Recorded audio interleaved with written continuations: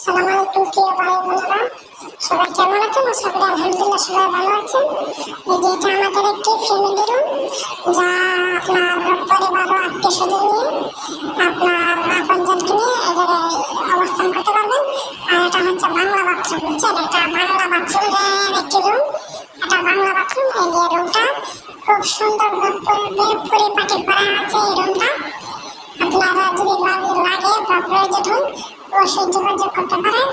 এখানে আপনার পরিবার আর হয়তো আপনার একজন বন্ধু মানে মোট দুজন থাকতে পারবেন। আপনার পরিবারকে নিয়ে আসেন বা আপনার বন্ধুকে নিয়ে আসেন, এরকম দুজনে থাকার রুম এটা।